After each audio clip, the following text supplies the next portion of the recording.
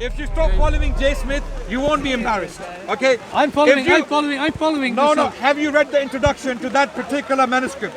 I have Have read. you personally read it? I'm currently reading a book by a guy called Dan Brubaker. No, listen. Wait. Listen. You I'm referenced a particular book in our discussion. I Have you personally read the introduction to that book? I have read parts of Sahih al-Bukhari. No. So answer is no. Where he You have talks not about- introduction. where he talks Yeah. about- So you're using have read- information in a discussion No. which you I get so wet here, you're don't you, using okay? information in a discussion you are yourself not aware of. I Okay? am using So- information so- to ask so a now- question so- as to give you So a you response. asked me. Look, you asked me many questions. Adnan, Let me Adnan, answer. Let me Adnan, answer. Adnan, I'm No, so no. wet here, No, okay, I know you're wet. I know you're wet. There are two words, okay, there's a phrase, and I don't know which particular sort it is. But there's a story where it says, the prophets fought, or the prophets were killed. Okay, right?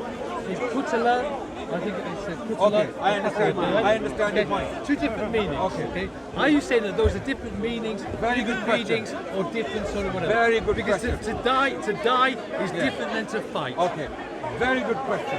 Amazing question. Now let's assume those two differences are there in the readings. Those two different, because both words are being read differently and they have a slightly different meaning, right? Without changing the context at all, right? Now the point is, this is how we know the Quran is preserved word by word, letter by letter, because even the differences we find in the readings are clearly defined. It's either one or the other. There is no third or the fourth or the fifth or the sixth option. You see, we know it's either one or the other. It's one of the two. So in both cases, our scholars say they can both be read. Okay, nothing is lost. In that case, wait. So they're both right. Let me understand Yes, this. yeah. According to you, or according to Islam, they're both right, and they're both written on the surah, the tablets. So the surah limit is tablets. defined. We haven't lost the Limit is text. defined, okay, right? So do you understand? We haven't lost the text. I understand your argument, yeah. okay? The reading- But let me ask you a supplementary argument, okay? Some question on this, okay? Because it is quite definitive. That's assuming your example is correct. That's assuming. Assume this is correct, okay? Right? And they say a faithful representation within the Quranic text, okay? So, we then have the question, if that text, okay, if everybody's all different at the time of Muhammad, okay, right? No, not so different. No.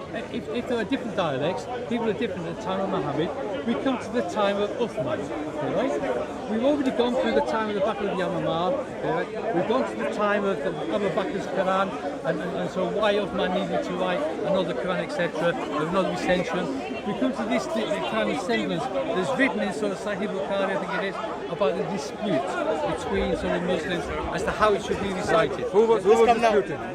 That's a good point you raised. There were Muslims who disputed. Which different Muslims? areas, to different areas. Which okay? Muslims? From different areas. No, who were they? That's very important. The context is very important. Well, okay, well, explain the context, this case. The report in Bukhari states clearly that these were Muslims from Iraq and Syria. New Muslims, New Muslims, non-Arabs. not Arab Muslims. Yes, okay? predominantly non-Arabs. So Now, not- no, wait. They are reading. Now, this dispute did not arise in the early period of Islam. This is when the expansion is happening. And where did the dispute happen? When these people were on a mission to conquer Armenia and Azerbaijan. Yes? The report clearly states that. Let me finish. Okay, good. The report clearly states that these people had come together and they read the same Quran, same text in different ways. And a dispute arose and they started to tell each other that their reading is not correct. Having seen that, one of the companions of the Prophet, a primary recipient of the Quran, came to Uthman and he said, now these new Muslims who have come to Islam do not, they obviously don't understand the intricacies of the Arabic language as the Arabs do. So he said, before the Muslims start to disagree about the text of the Quran like the Jews and the Christians have done, because the Jews and the Christians do, that's a fact. Wait. In the 7th century, one of the companions of the Prophet of Islam is stating a fact, that the Jews and the Christians are not united on their word of God. They don't know which particular version is the authoritative one. So therefore we, the living authorities, the primary recipients of the Quran, need to standardize it. Uthman agreed. Why and would they you need? standardized Why it. would you need to standardise the Quran when you already had Abu Bakr's Quran? Okay, wait, yeah. Why would you need to standardise Okay, the Quran? what- All that you would need to do, Adnan, Good is question. to go back to the Quran that Abu Bakr had and produce this Quran Good and say question. this is the Quran that was revealed to Muhammad, Good that question. was given to the Sahaba, they was recorded it, Yeah. kept under Hafsa's bed for 20 odd years, Yes. and all you needed to do is produce it. Why would you need to produce Good- yet another good- recension? Good question. Very good question. It's a valid question. Because the Quran was produced by hundreds of thousands of Muslims around the world. Many of whom had died at the Battle of Yamamah. No, wait. You're not listening. Wait, patience. Just want to get that in. The Muslims are in Azerbaijan. They have already conquered Egypt. Iraq has been conquered. So now Muslims are in hundreds of thousands. People have converted to Islam. People have come to Islam. They are reading the Quran and writing the Quran for their own convenience. Right?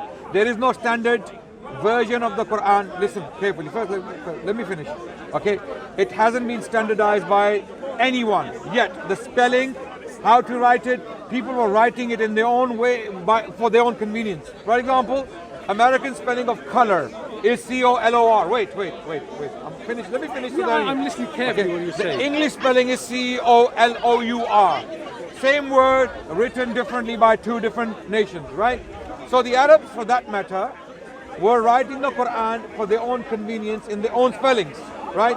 Uthman's committee, when you study it in depth, what were they doing?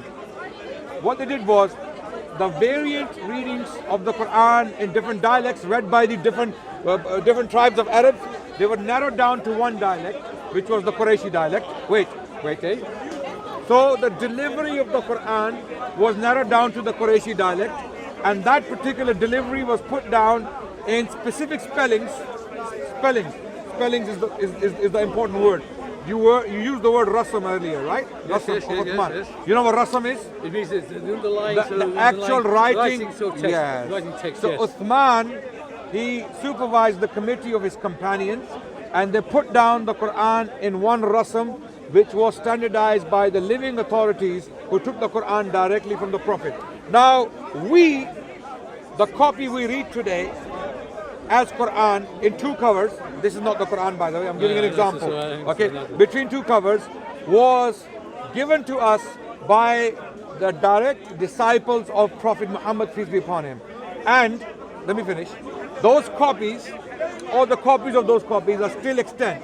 We have them, one in Cairo, wait. This is important. Okay, wait, let me finish. One in Cairo, one in Topkapi Museum, Okay. and many scattered around the world in different libraries, such as Sana manuscripts.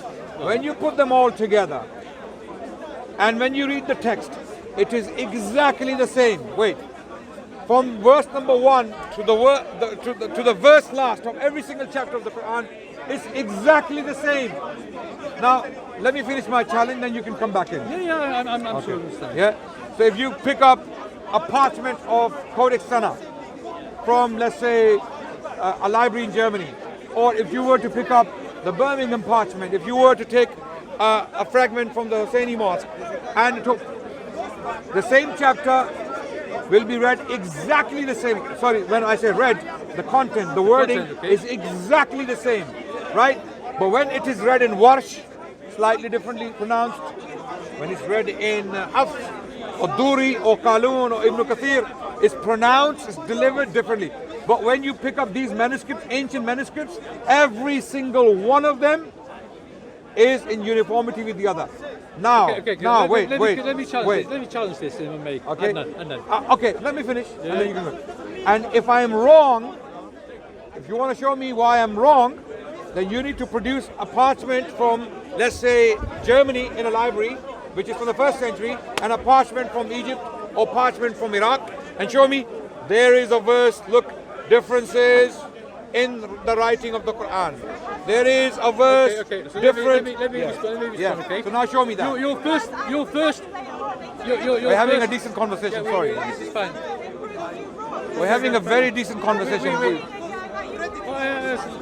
It's his Okay, turn, sister, by the way. It's okay, sister. Right. Point number 1. Your contest was that there was not by the time of Uthman a standard Quran, a standardized Quran. Your assertion In is reading it was. In memory it was. that your assertion, okay, falls on one basic fact, Adnan, my friend. You had a Quran. You had Abu Bakr's Quran.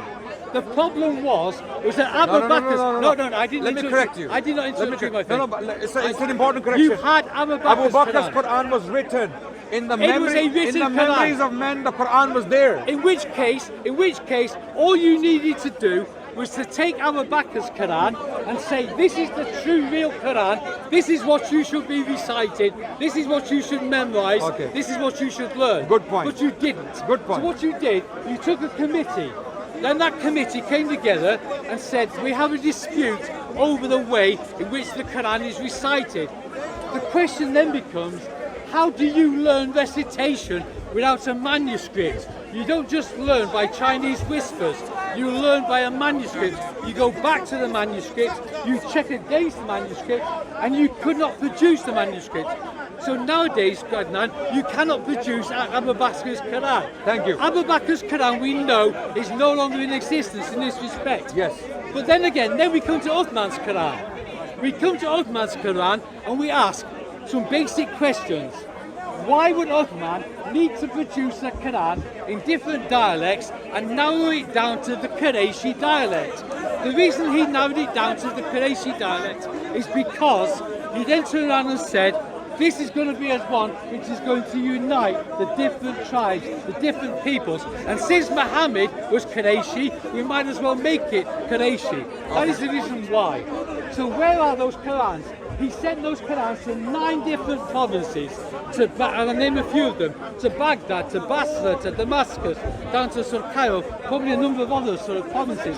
9 different provinces those Qurans went to. So the reasonable assumption would be to make, where are those Qurans today? You mentioned places like the Topkapi. The Topkapi by a man called Alta Kulic, who was a Turkish Muslim. You're repeating J. Smith. A Muslim guy. And he won't help you. Alta Kulic, who studied that. Have you read the piece? Adnan, I did not interrupt you, Adnan. Have some respect, my friend. He turned around and said that basically this is an 8th century, 9th century Quran. But it is not a complete Quran. It is not complete. I have been asking Muslims, okay, the Salah Palimpsest. The Salah Palimpsest is one which has been discussed here at Speaker's Corner on a number of occasions. It was only discussed here today.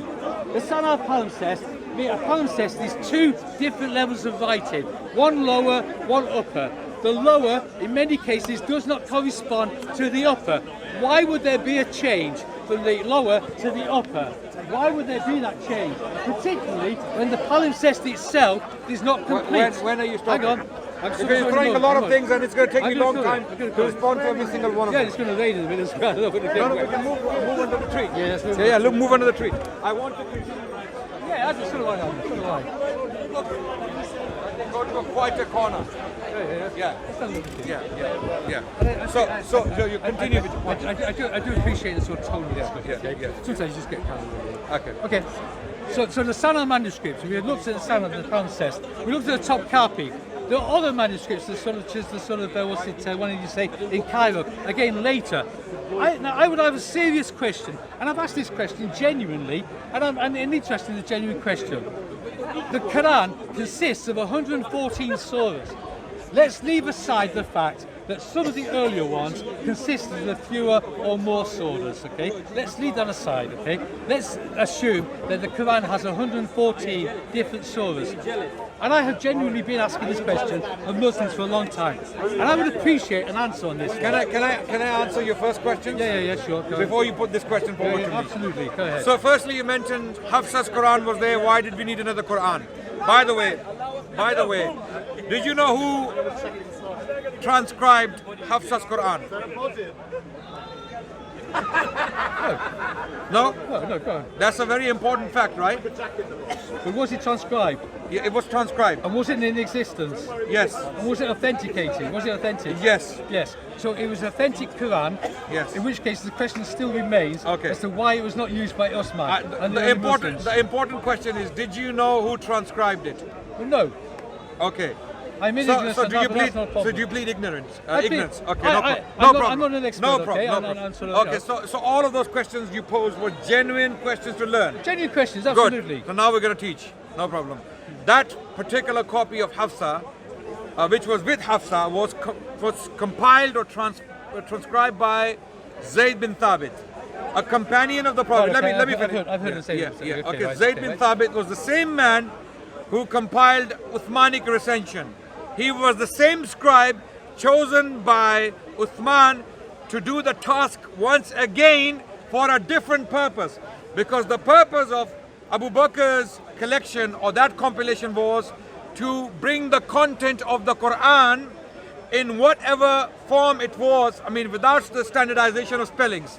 Without the standardization of spellings, whatever convenient way Zayd bin Thabit knew to write the Quran in that early form, it was brought together in one copy at the time of Abu Bakr. That was the purpose of that particular compilation.